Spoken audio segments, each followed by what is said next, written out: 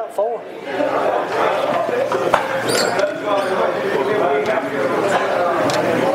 Well, there's Holly. I saw Bill. I didn't see her.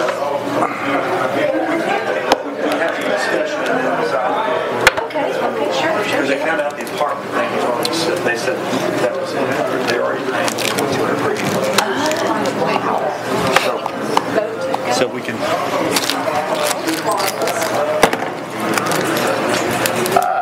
Storms didn't keep us from coming, did they? Gosh, every day. It's like clockwork. Mr. Tinsley. Yeah. A lot of them fell out of his most trees. It was under our house. I mean, over our house, right? Hey, come on. We ain't got a quorum. We do have a quorum. We got 5 here. We got 4. 1, 2, 3, 4, 5. 5. Cynthia came in about. Right.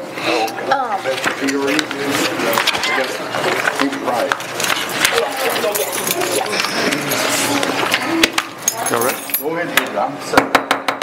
You don't know it. Good evening, ladies and gentlemen. Welcome to the regular scheduled meeting of the City of Griffin Board of Commissioners, July 24, 2018. We're going to open up with a Pledge of Allegiance led by Miss Holly Murray, followed by me with the invocation. Please stand.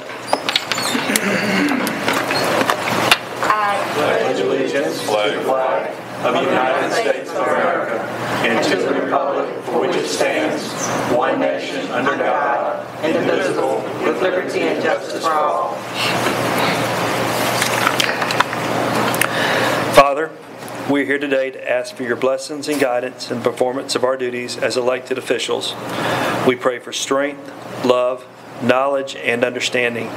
Help us to recognize and solve the problems that are presented. Make our solutions fair and just to the best interest of everyone. Help us to overcome our shortcomings and keep us united as a team to work for the betterment of the city and its people. We pray in your name. Amen. Thank you. First item is to approve the agenda as presented. Do we have a motion to approve? Motion. Second. Mr. Tinsley with a motion, followed by Ms. Murray with a second. All in favor, signal by raising their hand. 6-0. Under presentations and delegations, recognize Diane Martin, Administrative Coordinator with the Police Department, as the June 2018 Strongest Link Award recipient. Police Chief Mike Yates will address. Captain Daniels will address. Good evening, sir. Welcome. Captain Field Officer Griffin. Okay. I'm nominated Administrative Coordinator Diane Martin for the Strongest Link in the chain for her dedication and outstanding service to the Griffin Police Department. From her days of walking towers downtown for parking violations to her ability to multitask, Diane Martin has always gone above and beyond her job description. Her countless hours spent making sure officers keep time is right and taking care of all the tasks associated with being the terminal agency coordinator. Diane makes difficult tasks look so easy. Her hard work with the Citizens Police Academy should be commended. Diane has even shown up on her vacation time just to make sure things are taken care of at the police department. In addition, she handles a myriad of open records requests while simultaneously answering the chief's phone, directing vendors, citizens, and others to their requested services. Her work ethics and ability shine as they provide an example of dedicated, valued employee. We are proud to have her at the Griffin Police Department and would like to recognize her for helping us to be the best possible police department we can be for the citizens of Griffin. Thank you. Diane Martin. Ms. Martin.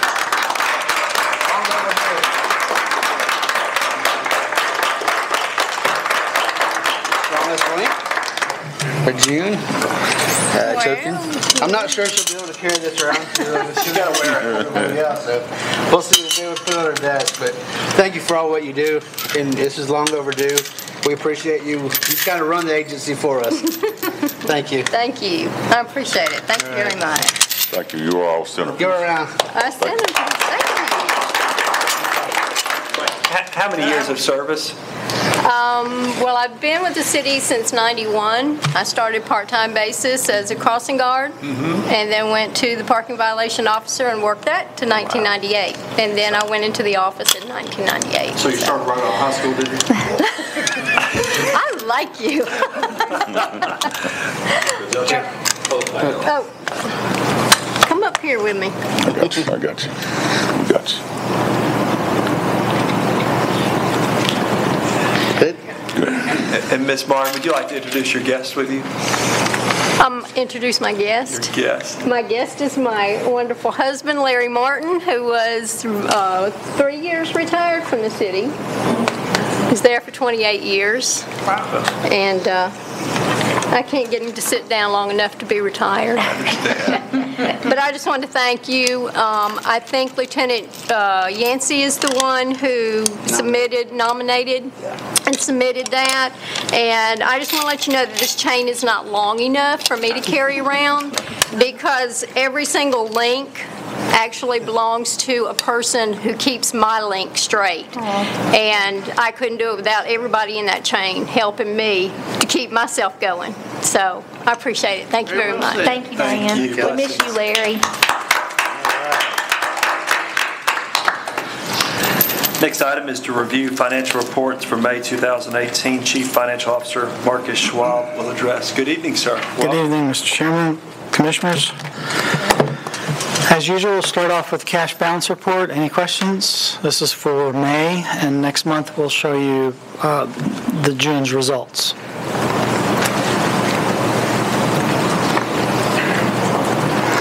Okay, next item is the local option sales tax report. Any questions on that? Performance, sales tax, or the SPLOST? It seems to be tracking according to plan. Yes, sir. And then we have the collections for 2016 based on the blight programs and the bonded projects, et cetera, transportation. Any questions on that document? Funding? Anyone? Nothing? And the last item will be the interim statements by fund, revenues and expenditures. Tracking along as usual. Be good. Okay. Status of the audit, things moving forward? Yes, sir. Audit's been complete. The inventories have been done back in at the end of the month, June 29th, 30th. They were here Friday, Saturday, and the auditors will be here Tuesday, right after what's that? Labor Day. Labor Day. Yes, sir. Any other questions? Good job. Thank you, Marcus. Have a blessed week. Thank you. You too. Next item of business is citizen comments. At this time, the chairperson opens the floor to comments from the audience. Comments should relate to a specific agenda item not listed on the agenda for a public hearing or to concern within the jurisdiction of the city. Commission meetings serve the purpose of conducting city business and are not a forum for the unlimited expression of opinion. The chairperson reserves the right to limit comments to matters germane to city business and may refer speakers to the city manager and/or staff for resolution. With that being said, is there anybody on my left side like to come before the board? Anybody on my left side? Is there anybody on my right side? Please come forward and state your name and address for the record.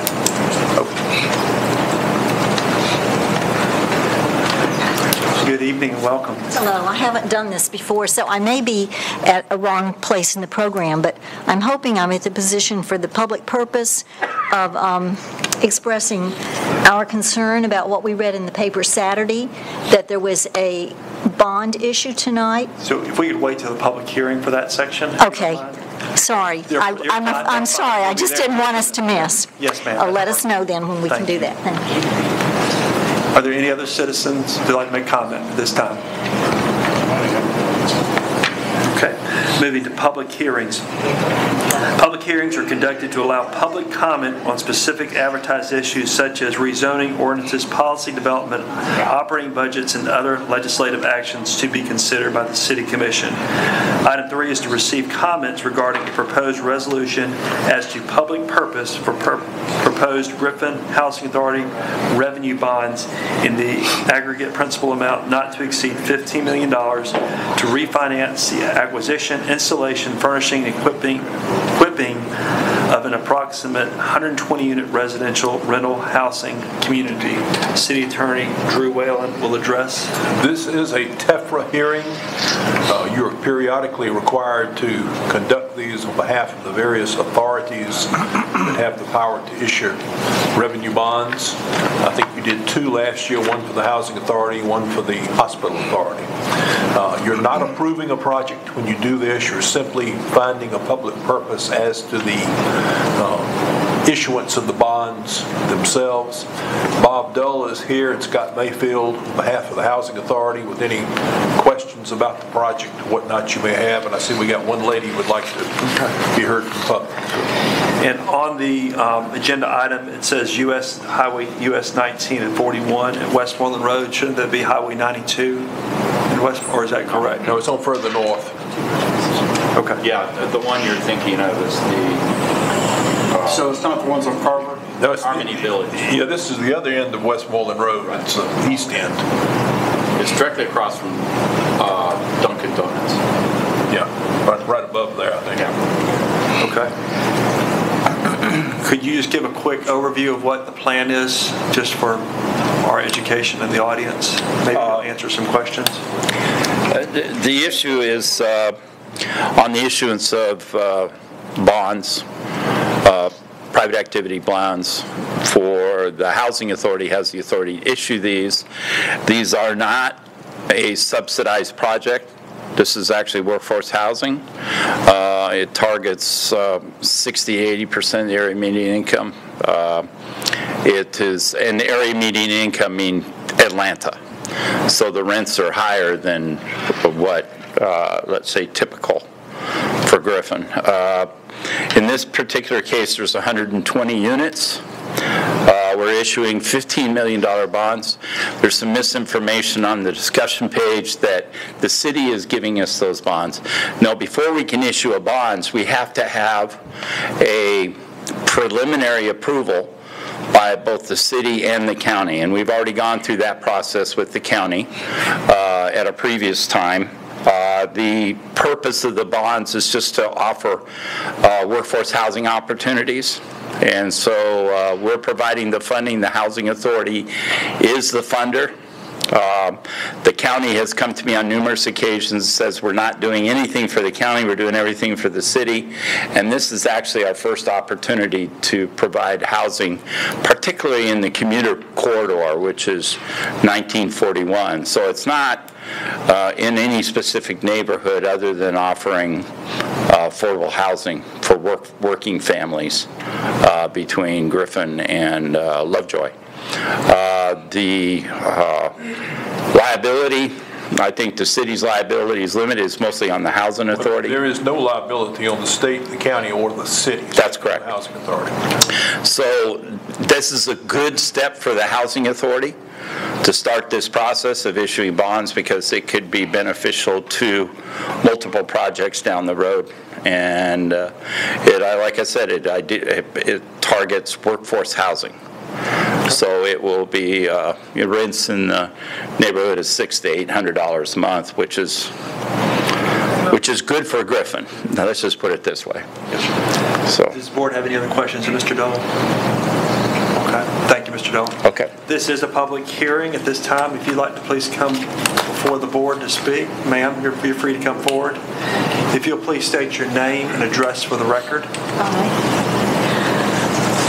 Betty Brown. I live at 128 Magnolia Drive. I've lived there 30 years. I was reading Saturday's paper this morning, and when I noticed your agenda for tonight and noticed the address, I realized that this was less than a mile and a half from our street. Magnolia Drive is a C-shaped street that goes between Georgia 3 and La Prade. And Westmoreland is the next street up, which it states that that's where that would be. And having lived there 30 years, I do feel like this is a bad place for this. I know that tonight you're just approving the bonds to be issued, but the fact of the matter is there are a lot of larger trucks, 18-wheelers that come very fast down that hill. And if you're going to have people coming off of Westmoreland onto 1941, there are going to be a lot of issues with traffic. And I feel like that there are a lot of places on the north side of Griffin, right outside of city limits, that might serve locating a 120-unit area better. I don't know how or when we'll see this on the agenda of the county board, but I just wanted to make sure that we made some comments now so people could be thinking that maybe it isn't a done deal to locate it where this paper recommends doing it. Thank you, Ms. Brown. Okay, thank you. Yes, sir. Please come forward and state your name and address for the record.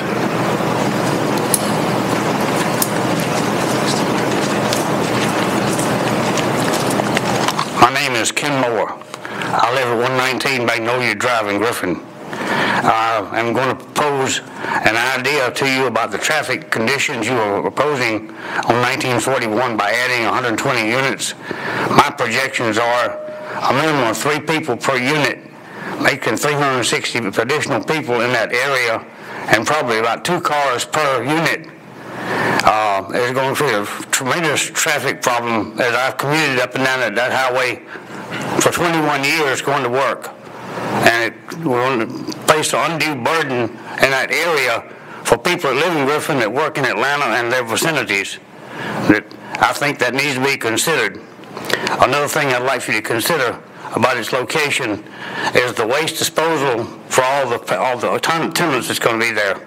I would like to propose a different location, but still basically on Moreland Avenue, Moreland Drive, be there in Vineyard Road. There's a total of a 27-acre tract and a 92-acre tract that is young undeveloped that would be probably more suitable, and you'd have different ways to access that area through Federal, through 92.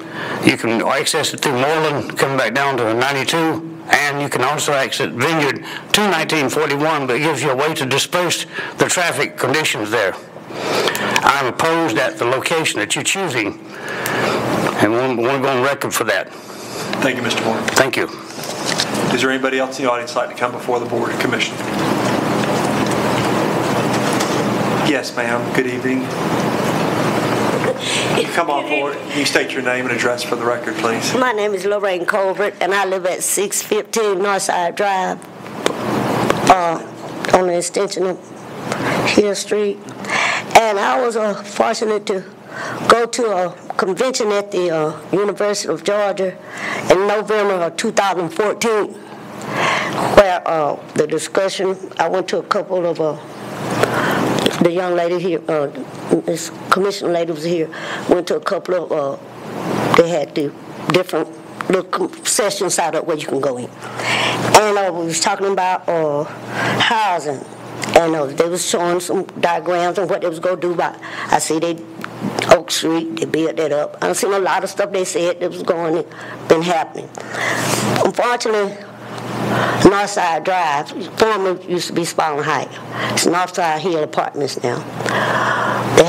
We've been having a lot of problems out there with management. I'm feeling we're being bullied into paying for things that I've been out there from 202. We're paying for light bulbs, stoves, back rent 5-6 years ago.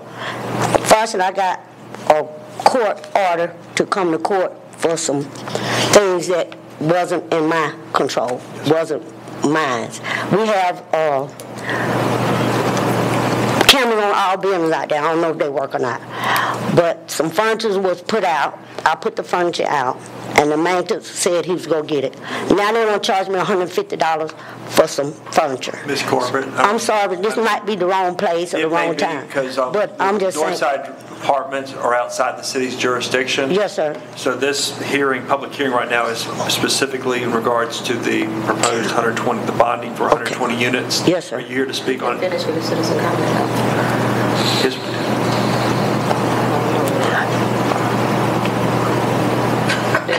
Yes, ma'am. We look for citizen comment. Yeah, nobody. Oh, okay. But, so in regards to this public hearing that we're having, do you have anything to add in regards to? Yes, sir. I'm adding about affordable housing. Okay, that's fine. Basically, Yes, that's what I'm concerned about, affordable housing. For the disabled and the disabled and low income, like I heard a person state before. Yes, ma'am. That's what I was concerned about. Okay. Yes, sir. So Thank you're in you. support of it? Yes, sir. Okay. We need more affordable housing. Yes, sir. Thank you so much, Thank you. ma'am. Have a blessed day. And Yes, you may sir. want to get with the county commission in regards to your issues with Northside Apartments. Sir. You may want to get with the county commission in regards to your issues with the housing project there. Yes, sir. If you'll just wait till after the meeting, I'll talk to you and try to help you out. Please, thank you. Yes, ma'am. Thank you. ma'am. Thank you for coming. Appreciate it. And we'll help you. Yes, sir. Okay. Is there anybody else that'd like to speak on this issue of the 120 unit residential rental housing community at this time? Thank you very much. Does the board have anything else they'd like to add? All right. Moving into the consent agenda, we want to take this as a 4 through 12. Yes. Do we have a motion to approve the consent agenda? I'll make a motion to approve it. Mr. Tinsley with a motion to approve. Do we have a second? I'll second. Ms. Murray with a second. Any discussion or questions? All in favor, signal by raising their hand. It's 6-0. Moving to the regular meeting, consider resolution as a public purpose for the proposed Griffin Housing Authority revenue bonds in an aggregate principal amount not to exceed $15 million to finance the acquisition, installation, furnishings, and equipping of an approximate 120-unit residential rental housing community. Motion to approve. Ms. Ward with a motion to approve. Second. We have a second by Mr. McCord. Is there any questions or comments? All in favor, signal by raising your hand. All against, like sign. 6-0. Item 14 is consider approval of a capital cost recovery fee for the wastewater department for 2018. Dr. Keller will address. Do you want to kind of brief what we talked about this morning? And then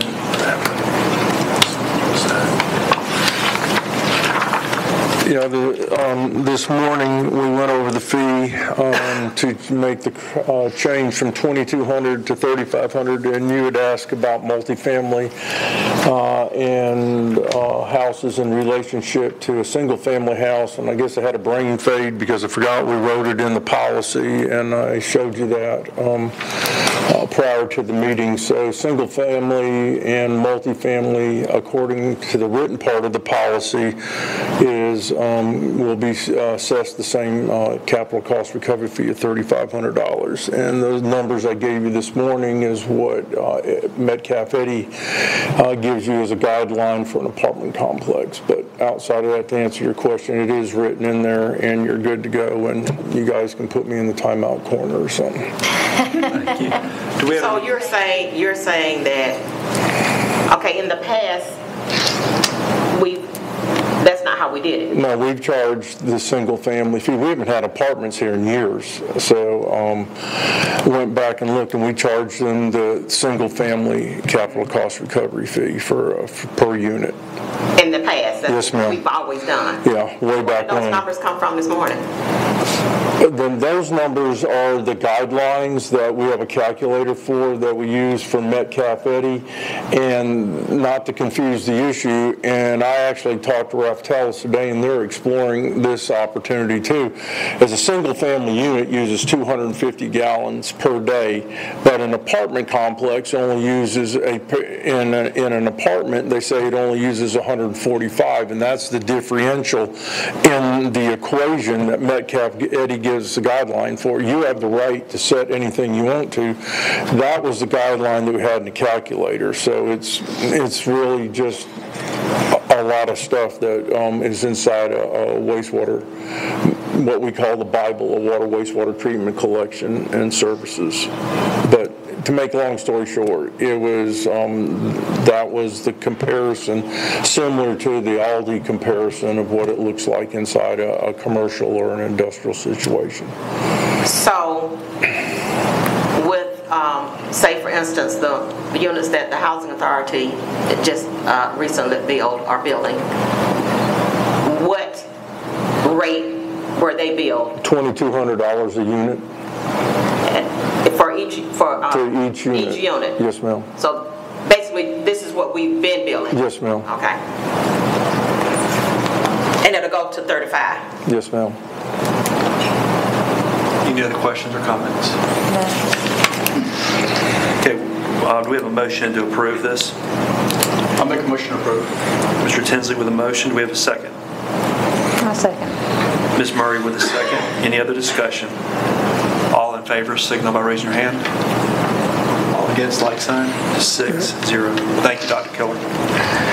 Consider on first reading a request to amend the Code of Ordinances of the City of Griffin, Chapter 54, Article 1, Section 54.1, adoption of certain rules and regulations to add the rabies control rule and regulations adopted by the Spalding County Board of Health. What's the pleasure of the board? Motion to approve. Ms. Ward with the motion. Do we have a second? Second. Ms. Murray with a second. Any discussion or questions? All in favor, signal by raising their hand. All against, like sign. Thank you. Easy. 6-0. Item 16, consider denial of any item notice dated June 14, 2018 from Attorney Larry Keith Evans on behalf of Louise, thank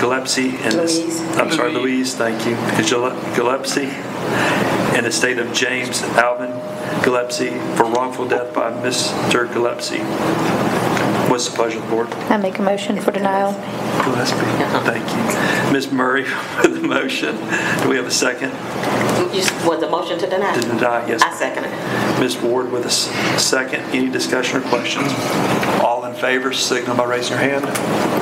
All against, like sign. 5-1 with Mr. McCord objecting. And back to item 14, if you don't mind, Dr. Keller, what's the effective date that this will go into effect on this capacity recovery fee? August 1st. August 1st. That's my birthday. Your birthday. Excellent. Okay. Moving to the city manager's report. Good evening, Mr. Smith. Good evening. I want to congratulate Ms. Martin. Everything and more what the guys said, our staff works with her very closely on open record request and a lot of other issues, and that was well overdue and well deserved. Chief Yates is actually at the Georgia Association of Police Chiefs Summer Training Conference. Is why he's not here tonight. Also to be here to recognize Diane. Sad to accept the resignation of our Economic Development Director, Ms. Williams, today. That will be effective August the 7th. She is going to her hometown of Macon to be the director of the Macon-Bibb County Chamber of Commerce, so we want to wish her well. If you recall, when we were talking about the budget, we were a little excited about gas prices at that time. Proud to announce that our particular gas prices have come down to within our budgeted amount now. So with only about 2 weeks into the budget, we're down to where we budgeted. So knock on wood, they will stay there or even below. So we're excited about that. And I hate to tell you, but there's another 3 weeks before we have another meeting. Excellent. And it seems like forever since we've had a meeting. So you get another break. Luck of the draw. So we will be back in August. Thank you, Mr. Smith. Thank you. Mr. Whalen? I have nothing further. Mr. McCord? Just want to remind Scott Mayfield that we got class reunion August 25th. Class of 88. Class of 88. I expect to see him there. The prices are $45. That's all I have. I'll put it on my calendar. Ms. Murray? Thank you, everyone, for coming out in spite of the storm. Good to see you, Mr. Mayfield, Mr. Dahl. Thanks for coming out and the work that you do. And that's all I have to say right now. Mr. Brock? No comments, sir. Mr. Tinsley? Nothing to add. Ms. Ward? And I just want to thank Bob Dole, Tucson, and the guy from the county for that great presentation. Chad, for that great presentation you did a couple weeks ago. We had almost 60 or so folks there listening to the state of housing in our community.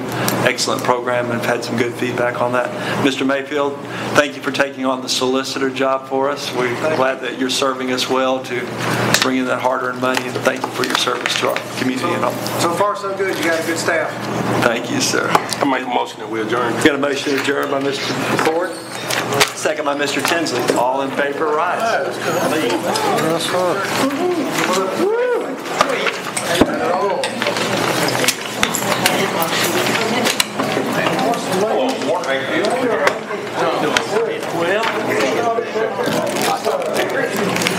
We will get that resolution signed.